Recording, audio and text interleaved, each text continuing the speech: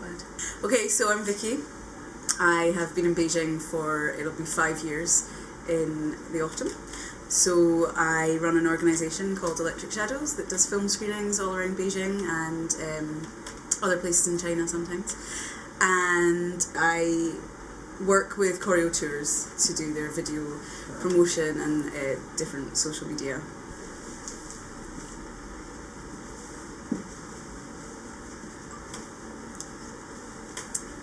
Dennis Rodman in North Korea was a really interesting project, I think, because it comes from an organisation who've made very sensationalist documentaries about North Korea.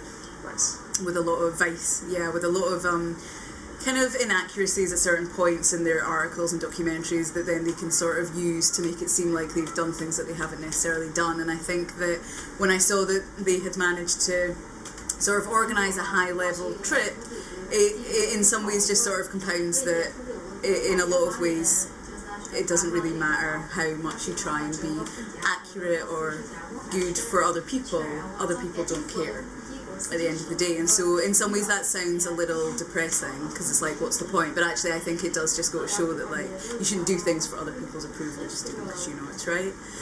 Choreo, it's always letting Koreans see foreigners and change their perception of foreigners, and letting foreigners see Koreans and change their perceptions of Koreans.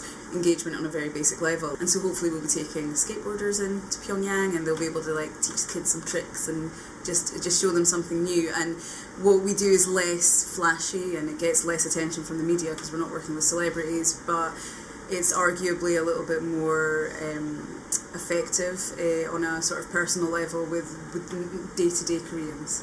People often think that the people that you see on the metro or in the parks are like movie extras and they're shipped in. That's not true.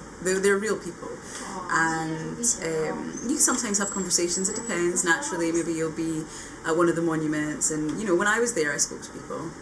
It's a very personal question, and there is no right or wrong. I would never say to somebody, well, you're wrong, it is ethical to travel to North Korea. I think that when you practice engagement with countries that have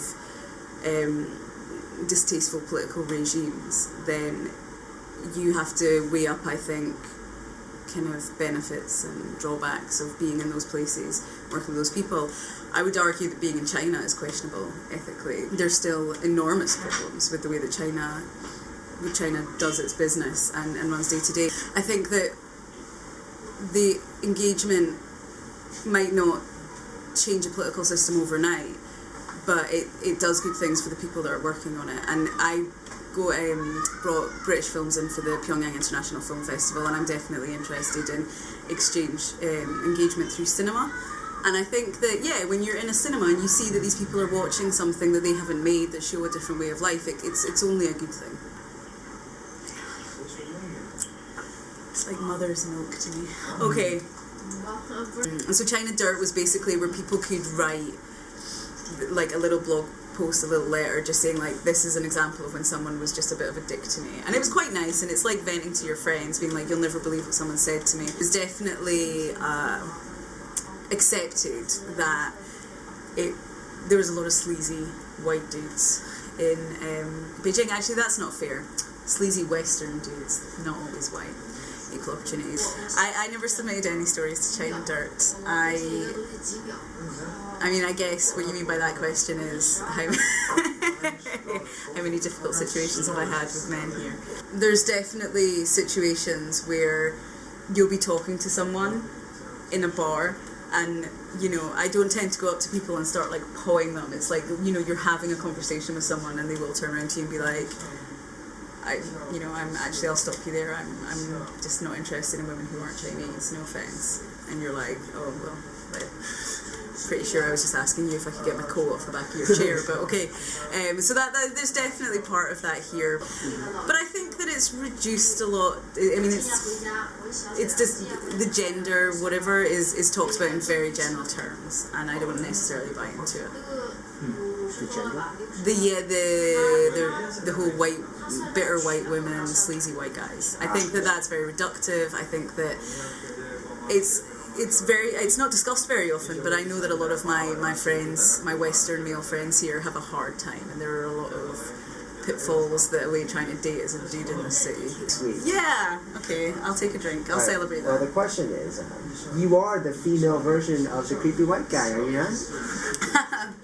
Yeah, I'm not the female version of the creepy white guy because let me tell you about my meet cute. I was sitting in Starbucks writing a little to-do list, trying to get my day in order. My pen ran out, so I pulled another pen out, so I had 2 pens sitting on my table, and the guy sitting next to me approached me and said, "I'm sorry, my pen's just run out. I see you have many pens. Can I have one of your pens?" And I was like, "Sure." I didn't go up to him and say, "Oh, can I help teach you English?" And that's not what happened. We it's one of those things. He's gonna take me to Songjuan to see some art. He's a cultured dude. I said, I'm not into labels, is what I said, I think. Actually, you didn't say, "Oh, Vicky, you're straight," though. You were like, someone said to me, "Vicky, she's a lesbian." And I was like, "No, dude, she's like the straightest woman. She's super straight." Which I don't know why I felt threatened by accusations of heterosexuality. I said I don't see the world through that lens. And then I walked, Yeah, and that was it. Yeah. I see the world through that lens. And then I asked you, because I know you run a lesbian film festival. I don't. I run queer film nights. I do not run a lesbian film festival.